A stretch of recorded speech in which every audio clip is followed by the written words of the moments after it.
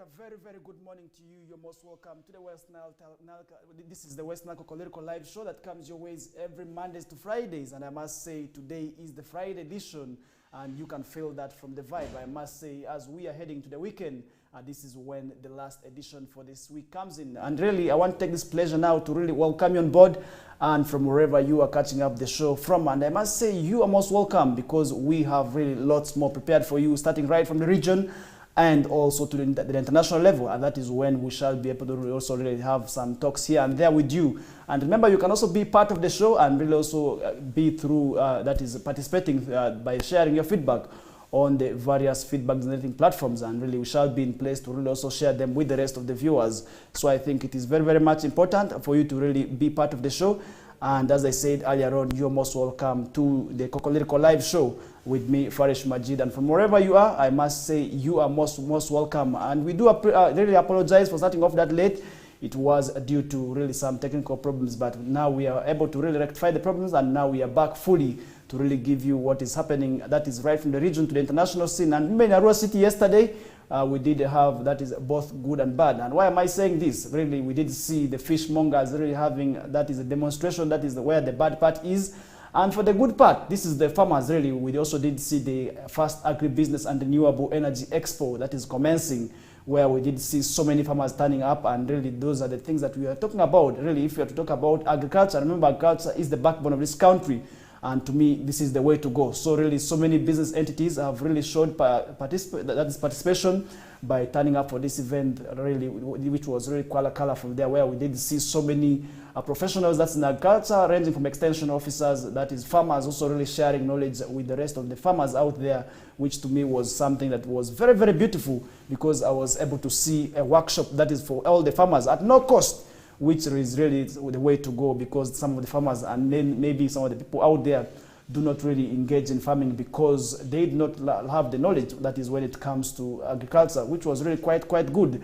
And the first agribusiness, that is and renewable energy, is the way to go, and really where most of the farmers in this sub-region, we are called upon to embrace this so that they can be able to sort of learn something for themselves. Because if we really do not have the knowledge about agriculture, and then definitely we may not be able to really engage in that is in food production, which to me may be very, very bad. And that is why the beauty of that is the first West Nile Renewable Energy and Agriculture Expo needs to be utilized. So all the farmers in this sub-region, we are actually called upon to really be part of this. And remember, this is targeting more than 5,000 farmers, that is from the entire sub-region, to really come and learn from this expo, which is taking place, that is at the office of the Prime Minister grounds. And I must say it is something that is very, very beautiful, because the place is very much organized. It is lit, where you can be able to so really have a one-on-one with the farmers who have their stalls in place, where we have seen so many stalls being put up, that is from the private sector, which is really the one that needs to be supported.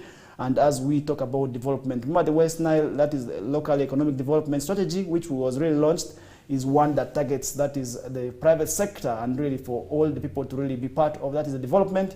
Then we need to really engage in that is active production, and agriculture is actually one area in which if we engaged in, and then definitely we shall be able to really also be part of it and then benefit from it. Because in Western sub-region we still have huge chunks of land that are not being properly utilized, and if with the knowledge that people are really getting, then they really go also and also apply this knowledge, and then definitely maybe at the end of the day, we shall be able to see transformation in the lives of the people from this sub-region, because sometimes people do not have, it's not because they do not want to engage in agriculture, but it's rather because they lack the knowledge, that is when it comes to production, which to me, with the first agriculture renewable energy expo commencing, this is going to be something very, very nice, because farmers are going to learn that is knowledge in terms of animal production.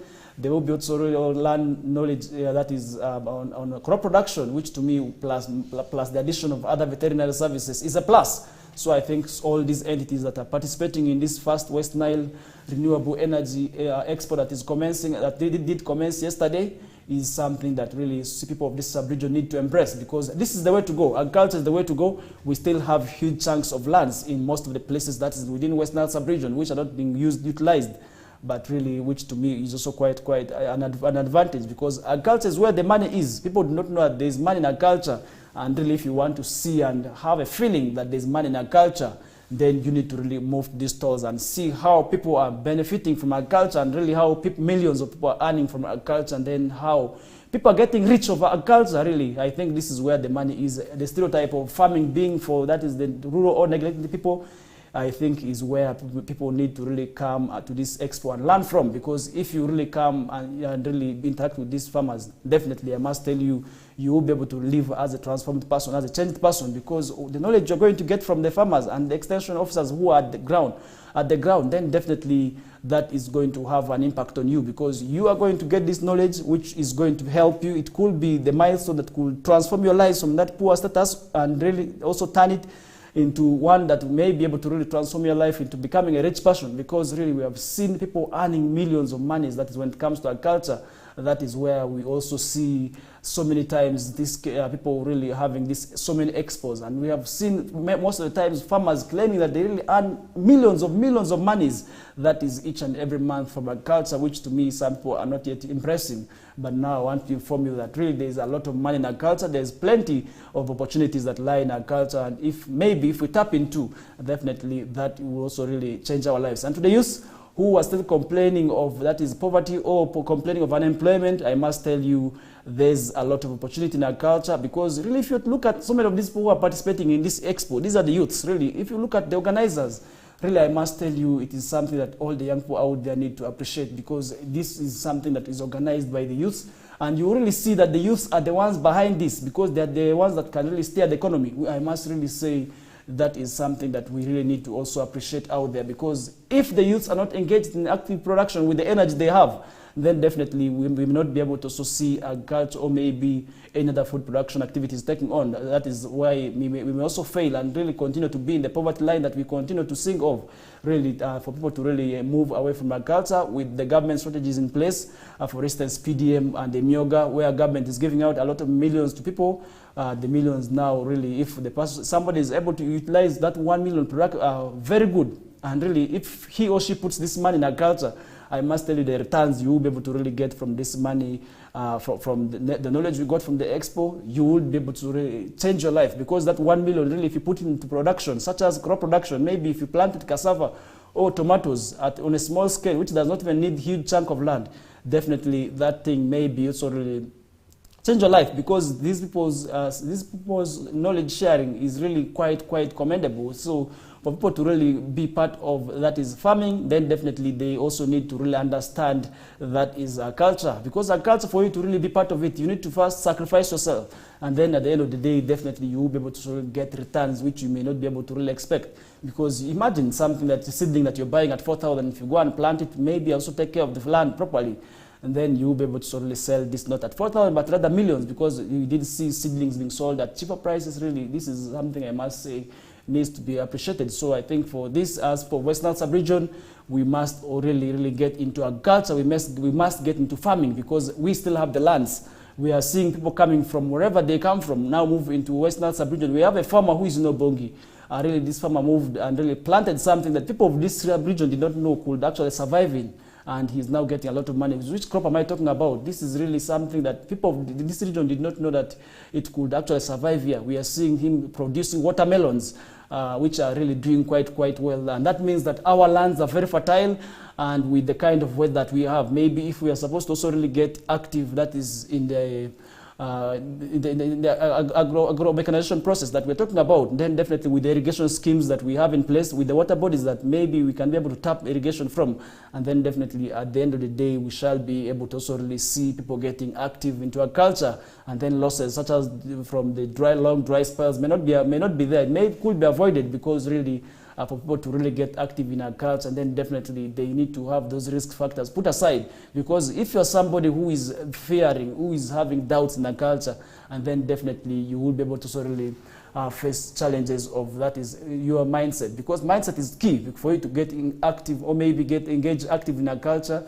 You first need to ensure that there's mindset change. Then you need to really believe in yourself, because for you to get active in agriculture, I must say it is something that calls for sacrifices. You really need to sacrifice your time. You really need to have belief in yourself. And then at the end of the day, the returns that you will be able to really get from this could be very, very, very much. Because if you really get active in a culture, there is money in a culture. Moving away from that story, really, that is something I must also really talk about. And now moving to Arua district, where the NRM Liberation Day is taking place today, and I must say so many dignitaries are expected to be in place, and the NRM Secretary General, that is Richard Odong, is also expected to be the guest of one of today's function. I really did see so many people preparing for this day. So I think the NRM Day that was celebrated on 26th of January by the entire country, Arua district will be able to commemorate theirs today. And this is at Arua Primary School Playgrounds, which is a neutral ground, and this is where most of the functions for Arua district are now being held. And if you really listen to the district leaders, they say this ground is at really a neutral place, and really that is why they need to also really put their support and the activities there. Remember, this is not the first activity we are seeing taking place at Arua Playgrounds. We did have the Water Day that was really celebrated here, the International Hand Washing Day, which also did take place last year. That is at Arua Primary School. So I think the location of the ground of the school is one that is really favoring all the districts, all the places from the district. And today we are expecting also them to really join the rest of the country in commemorating, that is the NRM Liberation Day, which is also a celebration that is for the ruling government, National Resistance Movement, a party that is to celebrate their taking over power. Remember, recently they also did have, that is the Tarehe Sita, which is also very instrumental, and that is when Arua district today will celebrate theirs. And remember, they didn't celebrate the day, they postponed it until the date of today. So I think they will be able to celebrate theirs today, and we shall be able to already come tomorrow and let you know maybe what the leaders have said, and then what have they also done in this function. That is one thing that we shall be able to really also let you know come tomorrow. And remember, so many district leaders are supposed to be in attendance. We expect them to be in attendance. These are the leaders affiliated to NRM. And really, if you can remember, most of the leaders of Arua district are actually affiliated, that is the ruling government of NRM. So I think we are expecting towards that day. We do not know how the day will progress, but come tomorrow we shall be able to really inform you of maybe what is transpiring that side, or what has transpired, or perhaps what could have happened. And that is why you need to be part of the show that will be on Monday, because on Saturdays we don't have the show, but we shall also keep the stories that is from Fridays until Sundays of what happens within the due course of the weekend. We break them to you, that is on Mondays. And on Mondays, this is what we do. We let you know of the whole week, starting right from Fridays and up to Monday. That is when we let you know of this day. Remember, the NRM Day was in Arua City, was also commemorated, and this was at Arua Primary School, where leaders talked a lot about issues, and they actually called for improvement in security, because really, if you look at Arua City, this was one thing that the leaders actually raised their concerns of, because the issue of security, if you really look at Arua City, most of the areas of Central Division have actually become security threat now. The leaders called for an improvement in terms of security, such that these areas could actually be brought, that is, to unity. So I think that is something that really, if it is supposed to happen, then we shall maybe also see investment opportunities rising up in these areas, because people are now fearing to really invest into some of these areas of the Central Division, which include Arua Primary, areas of San Siro, areas of Moru. These are all areas that have become bad, areas of Crab Smash, and all other areas that have become very bad, Ethiopia inclusive, because we do have parts of Ethiopia that have really become very bad. So I think these areas that have become hotspots are really raising a concern that is for the city leadership, and this is one thing that they did echo during their celebration that was on the 26th of January last month, which we did attend, and that was at Arua Primary School, and the chief guest, that was Charles Ichogo, really did have a lot of discussions here and there, and he actually asked, that is, the people of this sub-region to embrace the government programs such as the PDM and the Mioga that are there to elevate the people's statuses. So I think that is something that did happen, and today we look forward to having what is happening in Arua district, and we shall be able to really also let you know of what happens that side. And that is why you need to be very, very be alert, because on Monday, that is when we shall be able to also really let you know of what happens. And that is why you must make it a must and make it a point, such that you do not really miss something out, because this is definitely what we are going to be doing when it comes to Monday. And remember, this is the first week, and really I must say children are going back to school, and children have already gone back to school. Some are still with the parents. Sorry, I did say they are going back, but I must say they have already gone back to school, and they actually finished 1 week. and next week that will be the second week. But for some of the parents whose children are still with you home, I must inform you that really you must ensure that you take them back to school such that they do not miss a lot, because really we're talking about our region that is still grappling with the poor academic performances, and then definitely it is us to change that. If it is not us, then definitely who will be able to really support us? So I think the issue about that is the improvement in the education sector of this sub-region calls for collaborative efforts and from all the stakeholders, such that our learners who are going back to school really are supported. And really for parents, you need to ensure that your children also go back to school. They are not loitering within, that is the trading centers, or maybe with hiding within some areas, because sometimes also we have scenarios where the children really pretend that they are going to school, and yet in most cases they just go and surround and move within the city centers, which is very, very, very bad. So I think there's need for parents to ensure that their children have gone back to school and follow up, because if your child has gone back to school, and if at all he or she has told you that he's going back to school, and then definitely you need to really do a follow-up and see to it that they have gone back to school. And remember, within the first week, we did see a lot of turn up in most of the schools, and this was witnessed in most parts of the country, where we did see learners reporting to school due to in few numbers, which was also attributed to lack of financial assistance from parents, and this was attributed to such as materials, such as scholastic materials, books, pens, and other items which are required for school to continue. So that is one thing that I must say maybe caused, that is the low turn up of learners in schools, because this was witnessed countrywide. And really I must say, for us to really go back to school, we need to ensure that we buy the materials which are quite expensive at the moment. And I must say, sometimes I sympathize with the parents, and I think something that is not easy is being a parent. Really, sometimes really it is quite difficult. Look at the economy where the prices of things have shot up, but really nonetheless you have to ensure that you provide, because you as a parent, you're not going to tell the child that I do not have, because you have the mandate and of ensuring that the children really go back to school at no cost. So I think it is very, very much important for all the people to ensure that they really send back their children to school, because if the children continue remaining home, remember the first week is done, we are heading into the second week, and that really is very, very bad. So I think there's need for everybody to ensure that the children are supported when it goes back to school. And for the community, you still have the right and you have the role to play in terms of really ensuring that the children who are supposed to be in school are in school. Because in most cases, they may be claiming to the parents that they're moving to school, and yet in reality, they are loitering within the centers. And we have this thing as a common scenario happening mostly with the UPE and USE schools. Well, I don't know why. This is where we see learners really escaping from school at most cases. And this is not something common with private schools. And really, if you move to government schools, mostly those that are under use and UPE, we see the learners really run away from school most times.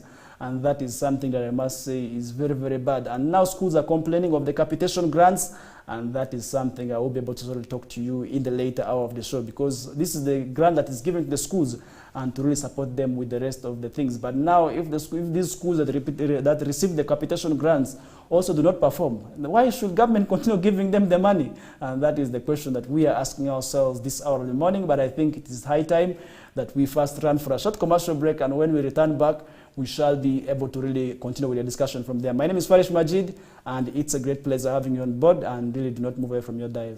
Stay tuned.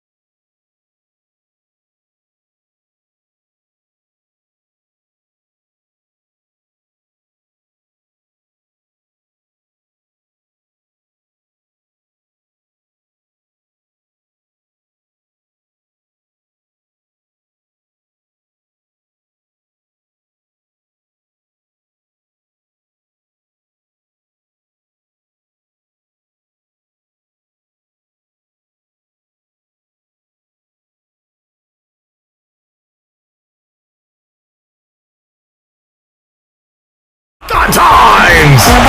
Star Times brings you Africa's biggest football tournament, AFCON 2023 live in English and Luganda commentary. Starting January 13th, don't miss Mo Salah, Sadio Mane or Nana. Lead the hunt for gold as they take center stage. Renew your Star Times subscription today and enjoy all 52 matches in HD live on Sports Premium and Sanyuka Prime. Star Times, the official broadcaster of AFCON 2023. This message is powered by Techno, the official sponsor of AFCON 2023.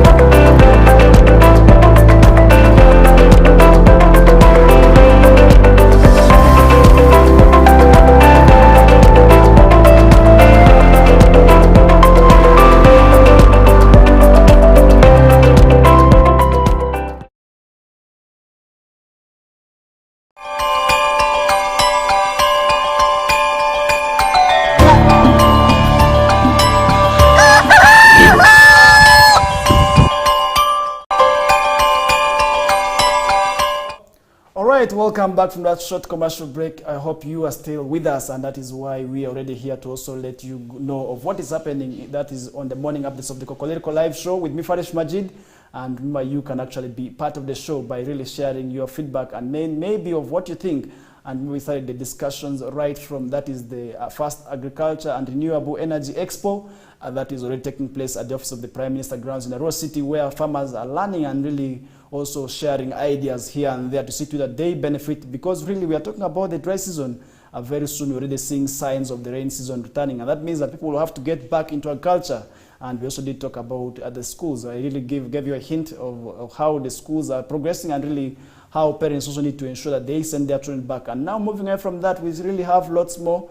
And yesterday we did have the fish traders really protesting at the office of the that is the resident city commissioner, where we did see them camp at the mayor's gardens, and really they demanded an explanation from government on why their fish was impounded. And really we did see 5 trucks that belong to these fish traders and really being impounded. That is at Pakwach and at illegal border points, which didn't really go very, very well with these fishmongers. We did see sad scenarios where these women were actually weeping, and really could see pain of these women, who most of them say that they are really widows. Most of them say that they're ones that are really have been fetching for their families. They are single parents, which to me was really quite good, because their fish is being impounded at a time where they need to ensure that they send their children back, because they're the breadwinners of their families, where we did really something I must say was quite bad, where we did see these women weeping. And really for somebody who has pain, who is empathetic, definitely you would see the pain of these women. And really, if I'm to be able to share with you,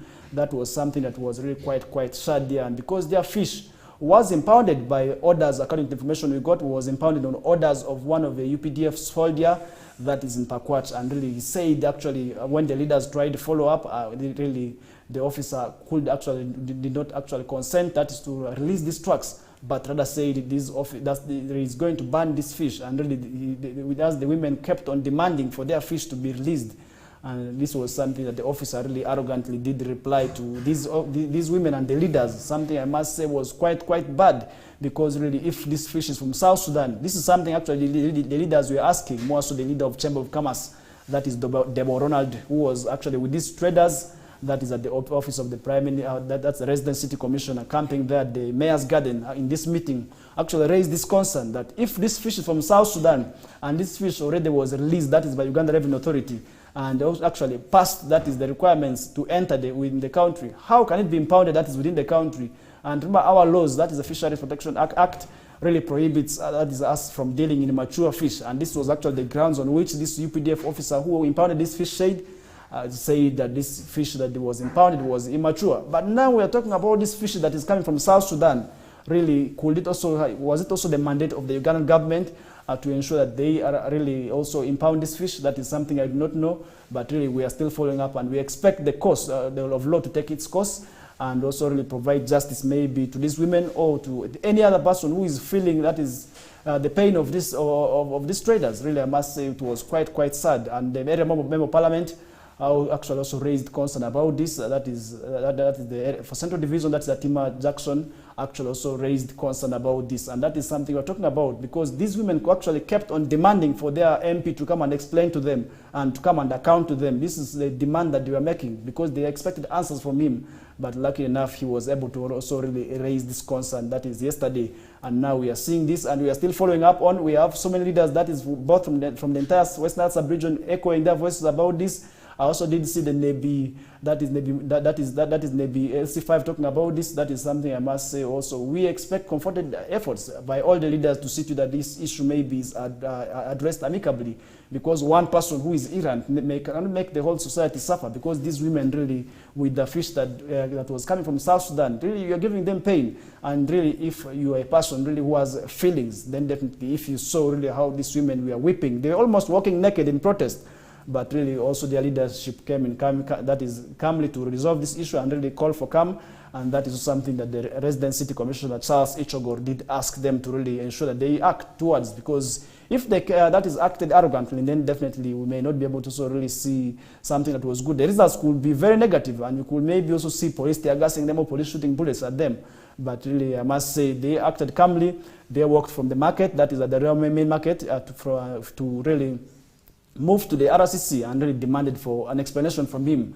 But after a closed door meeting, that is by the security leadership, they actually came out and really said there is need for calm, and they actually called for calm among these women, and the RCC asked these women to go back to the market as the issue is being resolved. Remember, now it's 2 weeks since these 5 trucks have been impounded. That is one that was impounded yesterday, I think yesterday, but one that was at Pakwach.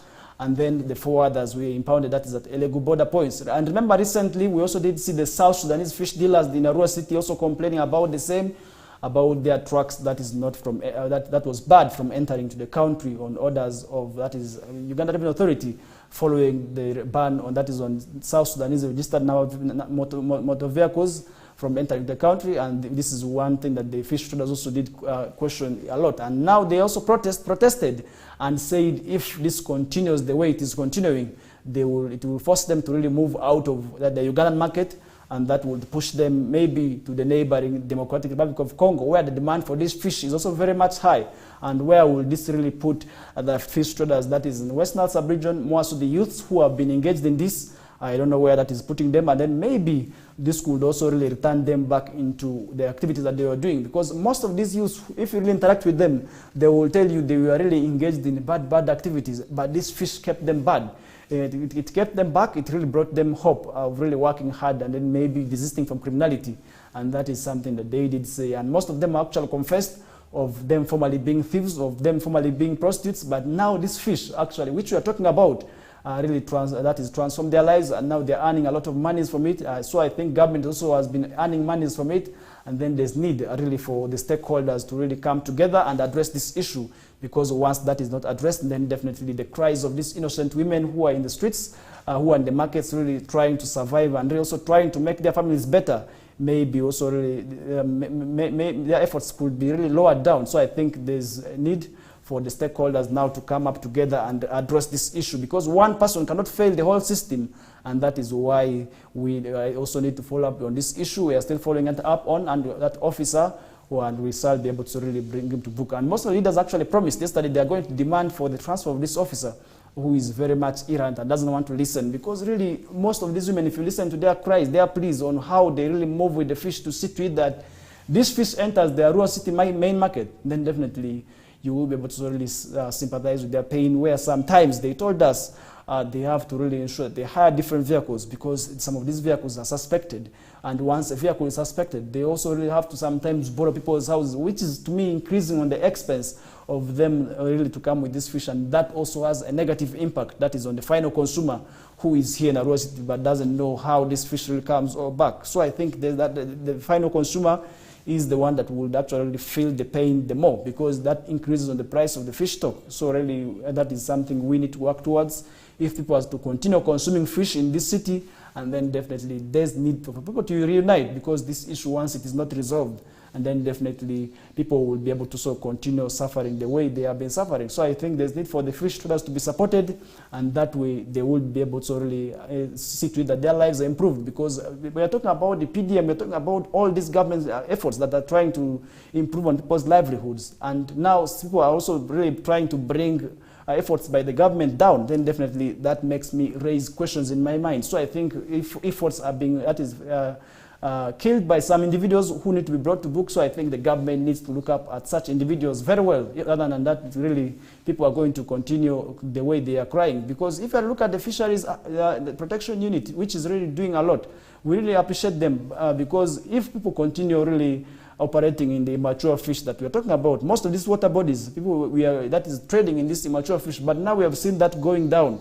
But now this fish that is coming from South Sudan, really, is it the mandate of the Ugandan government to really impound this? That is the question I'm really asking myself. And then maybe somebody out there could have answers to this, because the government the government actually cleared this fish to enter Uganda, and it entered legally, because this is supposed to be checked at the border points. And how did this fish cross into Uganda?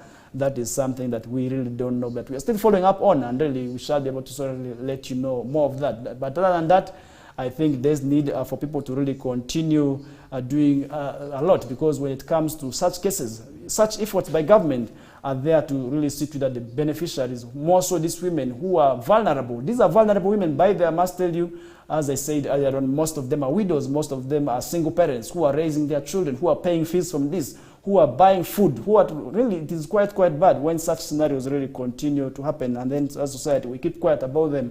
And then that is something really we need not to really continue looking up at. So I think there's need for these people to really get justice. And then maybe if that fish is still there, if it is handed back to them, that would really be good, because the more the fish is kept there, and then the longer maybe the risks of it getting bad are higher. So I think there's need for really the leaders to ensure that they address this issue timely. Other than that, the fish may go bad, which may have also negative impacts on this final consumer. So I think that is something that we cannot really leave out, and we have to continue talking about. And moving away from that, now Nebi District launches construction of a water dam to help, that is villages in Parombo.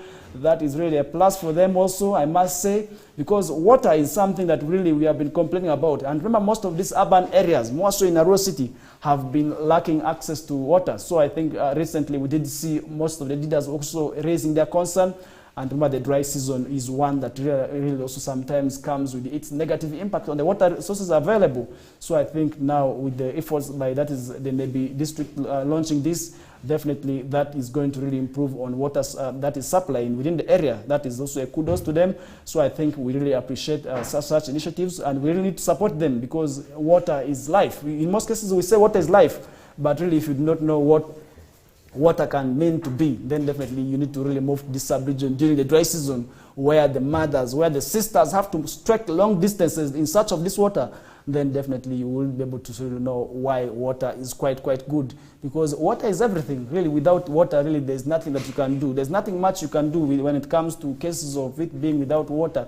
So I think that is why there's need for people to really embrace such projects, even if it lands on your area, because sometimes before these projects are done, there's mapping. Government also comes in place to really check on these areas and ensure that maybe these areas are very safe for these projects to continue going on. And then if this really lands on your land, I think there's need for you to embrace it in good faith and really also support it, because if it is not supported, and then definitely that would also really mean that such efforts by government or maybe other stakeholders are lowered or maybe put down, because really what you're going to give, if you're giving this land, it's going to be for society. So I think if such projects come, there's need for us to really embrace them. And now that is now the residents of 3 villages that is of Gotar, that is Alego and OC respectively, will now benefit from the UNCDF programs aimed at helping, that is Nebi District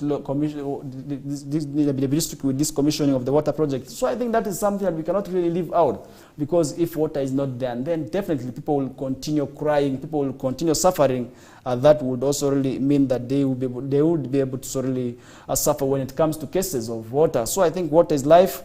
Definitely we need to really ensure that we promote and really support such causes, because if they're not really addressed, then definitely that is something that we shall be able to really lag behind in terms of water, because water is life. Access to clean and safe water is something that we are talking about. And remember recently, last year, we did have a survey that really showed that 47% of the water bodies in Western, that is in the entire country, that are not safe for human consumption. Really, most of these water bodies, really, we talked about, and the percentage was actually 47, which is quite huge, because you may look at some water that is clean, but I must tell you it is not good for human consumption or maybe for domestic use.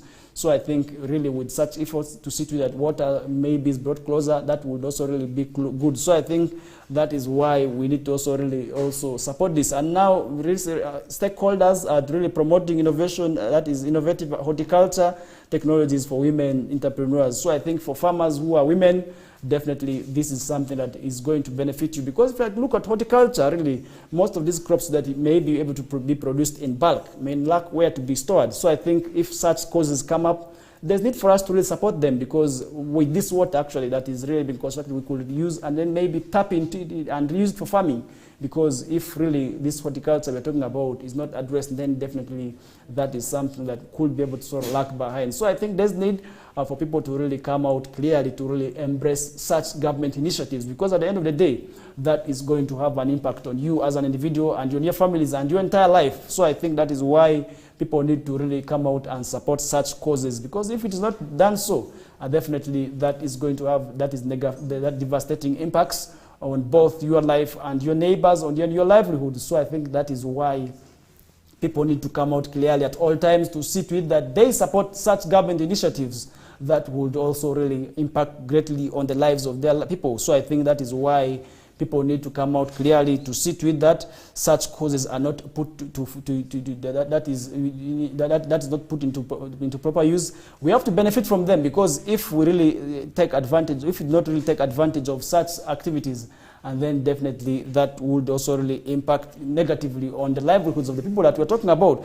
and the government efforts that we're talking about that are then placed, such as the PDM, such as the MIOGA, and the rest, which have all been there to see to that government actually comes out clearly to support these masses. May not achieve much. So I think for people to really benefit from this, there's need for them to really also benefit from such instances. So I think that is why when such scenarios come up, we need to really support them, we need to embrace them, we need to own them, because these government projects are there for you. We need to find one thing that we need to really ensure that we do is own them. And then when such partners come on board, we need to support them, we need to give them the grounds, we need to create for them that favorable environment, because most of these projects are actually done by partners and then funders from outside. We also need to really see to that their value for the money or for the value for their investments appear, because somebody may be able to really come up with such a good venture, and then you see really sometimes people do not really want to benefit from them, people misuse them, and then definitely that pulls off, in my own opinion, pulls off other would-be investors from really coming to such a place. And then definitely that would also really see to it that there's no much development in the area, because for people to develop, then definitely that is something that we need to really embrace and then work towards, because if that is not the case, then definitely that would also really ensure people not benefiting from what is happening. So I think that is something also we must also talk about, and then definitely if we really leave that out, then it will also really affect us as the people who are supposed to be the would-be final consumers. And definitely that also summarizes that discussion with the dam. We are still following up on, and then we shall be able to also let you know maybe when the final commencement of that project is done and how it has actually developed. So I think there's need for you to keep on following West Nile Television, because we are there to enlighten the region, and that is why each and every mornings we start off right from home and we move to the international scene. And now moving to the national scene, I must tell you so many things are happening that is right in the country. And then moving to Karambato sub-region, I must tell you the woes for the officials and then for the leaders who are pinned behind the Iron Sheet saga is not yet over, and the Anti-Corruption Division of the High Court has temporarily stopped the hearing of the corruption charges against Karamoja Affairs Minister, that is Mary Goreti Chitutu, and this was on November 28th. And on November 28th, that was on 2023, Justice Jane Kajuga dismissed Dr. Chitutu's application, in which she wanted her trial halted on grounds that she was tortured by police during arrest and interrogation.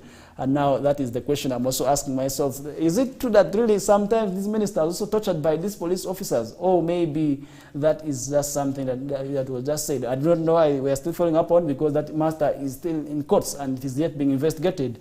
And that is when we shall be able to sort of let you know when the final time comes. And maybe what transpires, or maybe what has happened, and that is why you must be watching West Nile Television. I must say the Iron Sheet saga, recently we did see them also taking on, and we have also seen them actually, people of Karamoja raising concern about the Iron Sheet saga, that for those who are actually registered, did not actually, most of them are complaining now that it is not them that received the iron sheets. And that is when that we are also complaining about such government programs. Really, at times you find people coming to register themselves, and then at the end of the time, when there's the process of implementation, this is where the challenge usually comes in, because you find out that really people who are supposed to be the final beneficiaries sometimes also lag out and really also do not benefit from this. That also to me raises so many questions, because if that is the case, if that continues to be that way, and then definitely maybe people will tend to desist from these government projects. Because if you look at the PDM, one reason actually people have not fully embraced it is the reason that really sometimes people have lost trust in government projects. So I think there's need for government to really come out clearly and also explain to the masses, and then maybe when there's implementation, there's need to really also ensure that there's, the final work is done, that is transparently, so such that people who are supposed to benefit from this do not really lag behind. And now that is why we are also really saying that. And now the judge also reasoned that it is in the spirit of Human Rights, that is Enforcement Act that was enacted in 2019, and that any allegations of violation of fundamental rights and freedoms that arise during criminal proceedings, especially non-derogable, whether the right may be infringed in certain circumstances, rights specified, that is in Article 104, that is Article 44 of the Constitution, that the question must be first settled before the trial resumes. So I think that is where we are still seeing this case being halted, and we shall be able to really follow it to the last drop, because where somebody's case is in court and the person complains of being maybe tortured, maybe that case also first needs to be investigated, because the other one is before the other one commences. So I think that is what this law is all about. So I think for people to really, maybe for the officers to really also really ensure that there's justice, because justice, there is a saying that justice delayed is justice denied. So I think for cases to really to be settled first, we need to also really ensure that we act maybe in the right way. So this is to the officers who go and enforce, more so those ones who are going to arrest. This is where they need to be trained, and then maybe need to be sensitized that when you are going to really arrest such people, maybe you need to handle them professionally. You need not to really torture them. You need not to really ensure that they maybe at the end of the day raise such questions. So that is why there's need for people to really ensure that once they're going to arrest such people, there's need for them to really ensure the arrest process is done very, very smoothly without using a lot of force, because if we use a lot of force, then definitely these people may be able to really come and complain later on that they were tortured, and that was the reasons actually why this case may be halted a bit. On the grounds, Minister Chitutu raised in the application, is there serious questions about the risk of her non-derogable rights, or which to me, which is stated here in the brackets, to fail the trial being compromised. So I think that is something that we are still really going to be following up on. And really, people, what do you think that needs to be done? That is your opinion on this Karamoja iron sheets. And remember, these iron sheets were meant to really benefit the vulnerable poor, that is Karamoja sub-region, but where we did see also some leaders actually taking the iron sheets. We had so many names that we are behind this, more so dignitaries really, who were involved in this iron sheet saga, where most of the iron sheets, about 200, disappeared. So I think these iron sheets were meant to really benefit, that is the poor, vulnerable communities of Karamoja sub-region, by the government, to see that they really earn something, also really benefit from the government projects. Because if you look at Karamoja, this is one of the regions that is very, very poor and really continues being in poverty.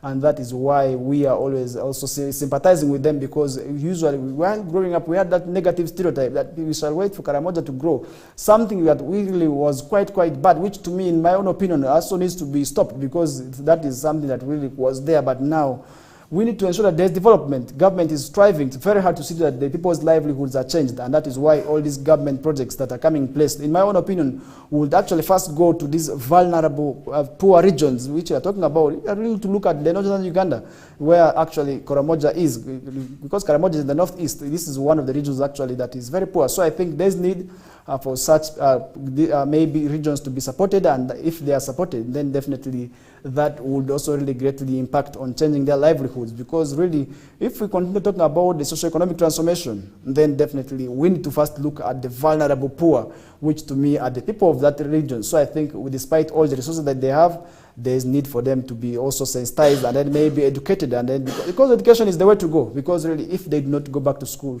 But I must say right now, we have so many Karamajangs who have gone to school. We have really those that are leaders, and really they are doing quite well. So I think there's need for people to be supported, and really to see that that region that is still lagging behind also is helped, because if that is not done that way, and then definitely that would also really also negatively impact on the livelihoods of the people of that sub-region, which to me is not quite good.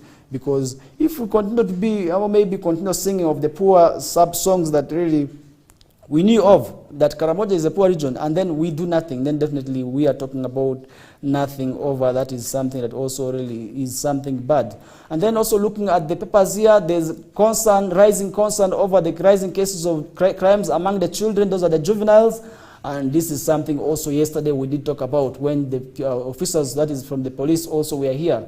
Yesterday, remember, we did have, that is Detective Asimwe from, that is the CID headquarters, and she was really here, and really, and I must say, we did have some discussions that was off air really about really how the juveniles can be helped. And I must say, really, we have also come to realize that children of today are now being very much involved in criminality. Even if you look at what is happening, that is right from, that is the city here. If you move the city center, you realize that most of these children who are involved in criminality are the young ones, really some children who are below the age of 18, but they're the ones involved in snatching people's handbags. They're the ones involved in snatching people's phones, and they're the ones at times who are also used as ADs to really accomplish, that is the final mission by adults, because that is the information that if you remove to gender, that is where the Child Family Protection Unit also sits. They will be able to sort of tell you how children are being involved in criminality today. And over time, we have been talking about rising criminal cases among children, but that really also goes back to the parents. To me, this is where the parents are being to blame. Because as a parent, really, if you do not know, maybe if you do not provide for your child, then definitely the child would have to look for alternative means. Because if you do not really also ensure that you follow your child in the right process, then the child may also really move and start engaging in theft. And that is why we're seeing rising cases of theft among the children, where we are seeing rising cases among the juveniles who are being used as ADs really to accomplish the final missions, because adults are now using the children to really pass through areas where the adults cannot pass. This is the information we have also got from the Child Family Protection Unit, where these cases of children are really being reported, because they have often told us that in most cases the adults use children because it is very difficult for people to really at times also suspect a child, because you may be able to really look at a child as a child, not knowing that this child could actually be a thief. So I think this is where the concern is, for people to really also embrace and then sit with that the children who are engaged in criminality are really helped, because these are supposed to be school-age going children. But now as a parent, if you are really not supporting your child and then ensuring that the child goes back to school, then the child may be able to really engage in criminality to survive.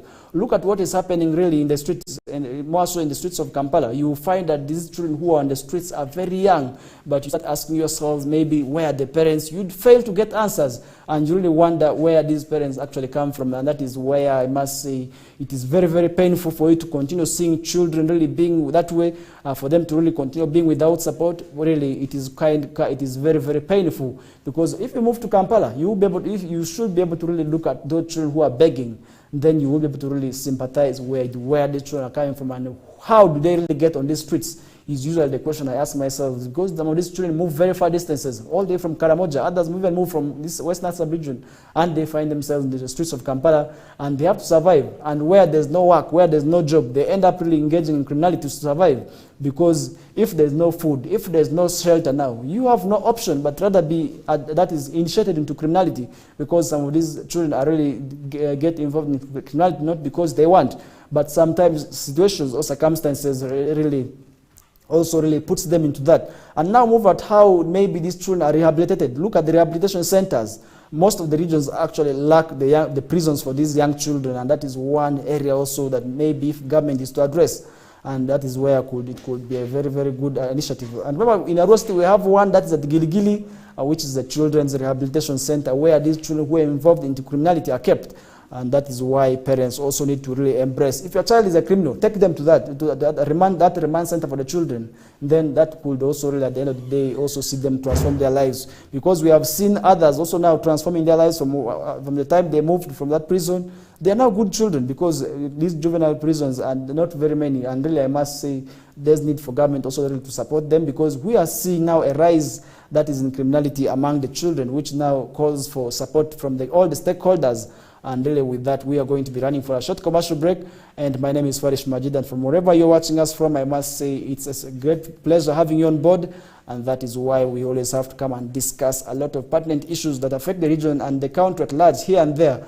And remember, you could also really participate through by sharing your comments, that is on the various media platforms. And really, we shall be also in place to really check them through and share with the rest of the viewers. But for now, allow me running for a short commercial break, and when I return back, we shall be able to continue with the discussion from there. Thank you.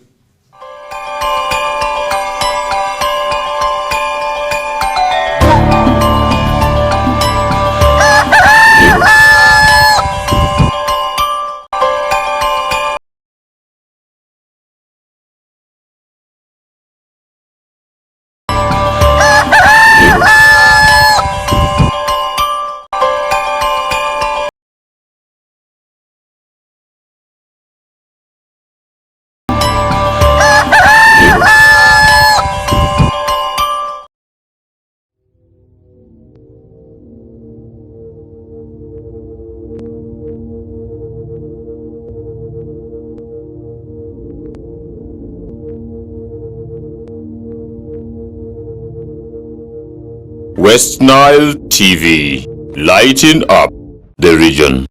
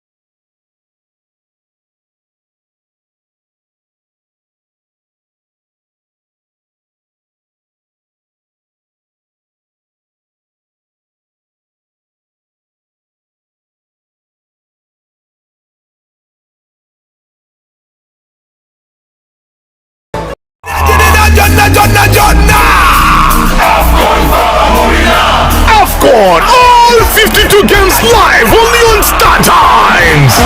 Star Times brings you Africa's biggest football tournament, AFCON 2023 live in English and Luganda commentary. Starting January 13th, don't miss Mo Salah, Sadio Mane or Nana. Lead the hunt for gold as they take center stage. Renew your Star Times subscription today and enjoy all 52 matches in HD live on Sports Premium and Sanyuka Prime. Star Times, the official broadcaster of AFCON 2023.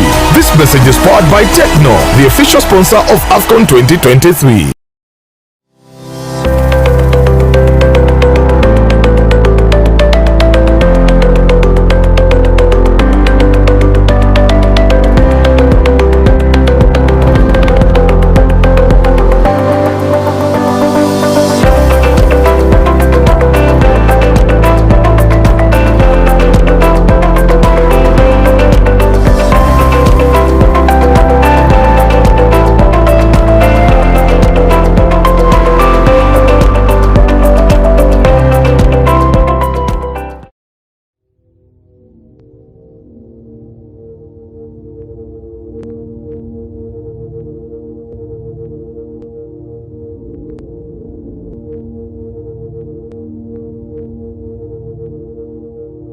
West Nile TV, lighting up the region.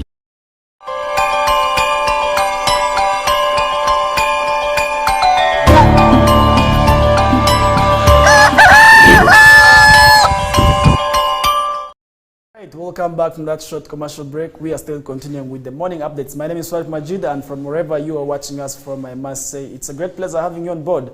and that is what we really do best when it comes to the West Nile Kokoliriko live show. Today is the final edition for this week, and it's a Friday. I must say the excitement is very much high because we are entering into the weekend, which is also really quite good, because weekends are really for enjoyment, and for those who are planning to enjoy, I must tell you, you must also enter in the weekend and enjoy responsibly, because if you really do not enjoy the weekends properly, and then definitely it would also really have an impact on you as a person, because if you really do not enjoy that well, then definitely it will also really affect your days, it could affect your week.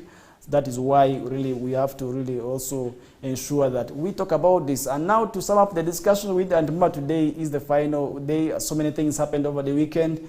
This week, so many things happened over the due course of the week. I mean, I really swear we did see so many activities happening, both good and bad. I must tell you that all this happened in the due course of the week, and that is really something I must say. When we come on Fridays, usually we also really talk about them here and there. And we had so many functions also really happening and taking place in the due course of the week, where we did have also the Tarehe Sita, where we saw our soldiers really also marching with the citizens, marching freely with the wananchi, which was quite good, because to interact really, that free interaction is something that really we have to see, and really we have to also talk about. And remember also, people are now rebranding, and I must tell you that the MK movement has also been rebranded, and now the headquarters have been launched. That is in Naguru, and that is something that we are still following up on. And I think the 2026 elections is going to be one that will be quite interesting. Come 2026, I think the elections are going to be quite interesting, because people have already started laying strategies, and now we are seeing people now rebranding from here and there. So we are still following up on, and we do not know maybe how it will end. So we are still following it up, and that is something also really we cannot exclude out. That happened during this week, where we did see them also launching their party headquarters, that is Naguru, one of the suburbs in Kampala city. So I think this is also something that really we cannot exclude, and that is also something that we cannot leave out. And now the relatives of detained missing NUP supporters allowed party leaders for support. And remember, as children are returning back to school, the National Unity Platform wing has also donated, that is items and relief items really to these children in terms of scholastic materials, to see to that the children of these missing persons and those who are also being detained are supported, because some of these actually we are detained, that is in their struggle for this party. So I think that was something that was also quite good, and the families came out now to laud the party for that. So I think this is the sacrifice that they were doing. So I think it is good for these people to also be supported, because in most cases these people have been complaining of being neglected, and this is where I must say it was something that was quite good, and something that we also really need to appreciate them for, and that is something that we are also be able to follow and really see, because how these people really got, they are missing up to now. And really we did see also efforts recently by this party demanding for explanations and then answers on where these people are. And remember, over the week also, really one of the members of parliament, that is Abel Lilian, after donning the UPDF attire, we also did see that is the new platform also raising concern about her being a civilian and not a politician, or not really being a UPDF soldier, but putting on this UPDF attire, which prompted UPDF also to respond to it. And we did see also the member of parliament coming out to apologize, and UPDF actually said when she apologized, they forgave her. So it was the first time, and really they came on, and I also explained about that, but NUP, to me, did not feel satisfied about this. They are saying there are people who were arrested for this barricade, putting on the red attire, who are also arrested for such crimes.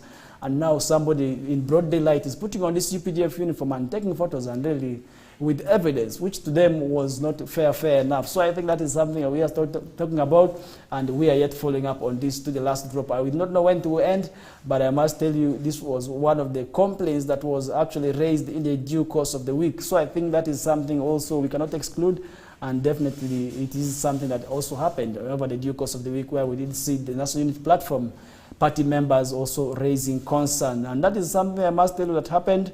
And we are yet also really following up on that, and we shall be able to see maybe how it will end. And that is something also I must tell you is happening. And also looking at the papers here, girls in Busoga turn soil to make sanitary pads, and that is something that is quite sad and shocking, because really it's lacking access to this thing that we're talking about, because girls who are really already seeing their menstruation periods sometimes also really engage in relationships that have led them into early pregnancies has been attributed to such scenarios, because in most cases the parents cannot be able to afford maybe such small things such as the sanitary pads, which make them also actually being lured by these young boys who take advantage of them, who actually provide for them the small monies for buying the sanitary pads. And then at the end of the day, they get themselves pregnant or maybe contract diseases. So I think it is quite sad. That is something that we are seeing that is happening in Busoga. I must also say it is something that also they need to be really also talked about, because really you look at sanitary pads, somebody is soiling Kavera and rolling it out, that is with the clothes, which is really quite sad to see that the blood really, if you know the menstruation period, then women really through go a lot. And remember, with girls, such as girls from as early as 14 years, in most cases, tend to witness this period. And in most cases also the parents who do not really train these girls properly may be able to really go a lot, because some of these girls get depressed by this because they do not exactly know what the menstruation period is all about. But then we are seeing them actually using or wrapping themselves with this this soil made soil and cloth attached property to really also form something that could act as that is the pads, because really that is something that is very bad, because the pads could be expensive for these young parents, or maybe these parents to afford for these young girls. And that is where we are seeing also girls dropping out of school, because a person who really, one reason we have been seeing for girls being absent in schools, more so in the rural areas, has been this factor of this access to sanitary pads, which has always been there. And that is why we have seen also government at the times coming up with efforts of really supporting this girl child by giving them the sanitary pads, which is also a good move, because we really need to support these girls. And I think now these companies that produce sanitary pads needed to be very many, such that the prices of the sanitary pads could be very affordable for these girls. And then maybe if the sanitary pads that are usable could also be very cheap, that could also really be quite good, because each and every month these girls really have to go through the menstruation period, and others really have theirs for 3 days, others have it for more than 4 days, others actually, I do understand that also really have their menstruation period run for that is up to 1 week, which in most cases is abnormal. But I must say it is normal for people to really go through that, because your body reacts differently. That is what the doctors and the medics have always told us oftentimes, that for somebody to really have this long menstruation period, in most cases it also depends on the person's ability. So I think that is why also there's need for us to really also talk about this. If it is left out, it is our sisters, it is our daughters that really continue going through this. And now for parents, I think when it comes to this issue of that is the menstruation period, we need to engage the parents very early, and that is the sexual reproductive health that is lacking in this sub-region, which is not quite open, because in most cases parents do not have time with their young ones, more so the girls, to discuss about certain things. But in Buganda, where I was for some time, really we used to have scenarios of people talking about going to the bush. We didn't know what it was all about, but little did we know that this is actually really to educate these young girls about sexual education, only sexual reproductive education, because this is a reality. But now in most cases, parents in this sub-region, more so in other parts also, do not really ensure that they talk about this. But in Buganda, it is usually the aunties who really engage the young girls, and then it is the uncles who engage the sons about this education. But in most cases, when you come to Western sub-region, I've not seen this happening. I don't know why.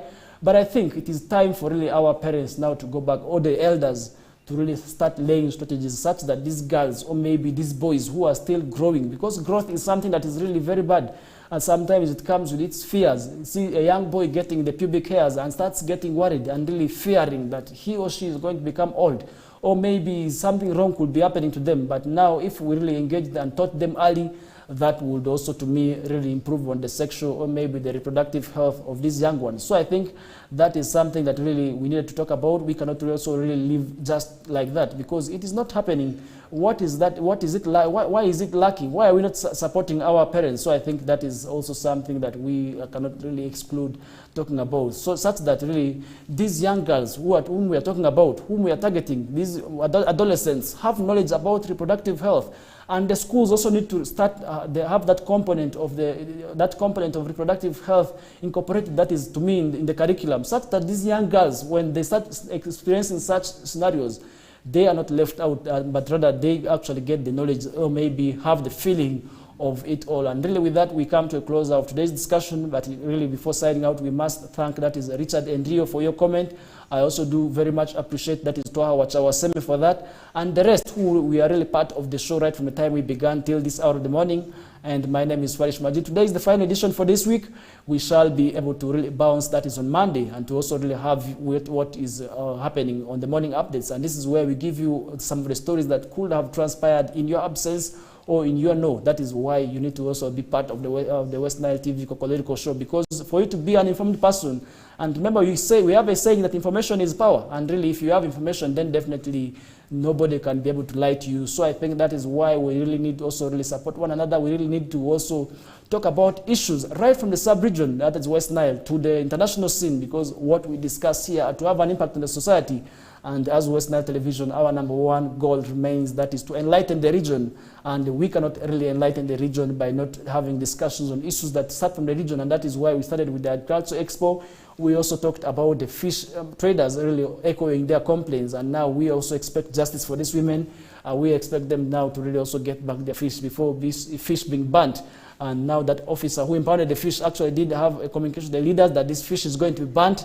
That is in presence of these women, which to me is quite bad, because we have a team of these women who really moved from Arua City. They are really trying to follow up and see to it that they get their fish back, such that the fish stock does not really move out of the Arua main market, where people are really also really benefiting from this. Because in Arua City, we do not have water bodies that really provide a lot of fish. And now this fish has to come from South Sudan, because South Sudan has been the one that is feeding, that is the Arua main market, with this fish. But now such scenarios, I must say, will be able to really, at the end of the day, push, that is the people dealing in this trade out of this city. And that could also really make them move to the neighboring country, as they have always protested. And really that could be very bad, because this fish is employing a lot of youth. Really, you find over hundreds of these women are dealing directly, and both directly and indirectly, in this fish. Others are dealing as sellers.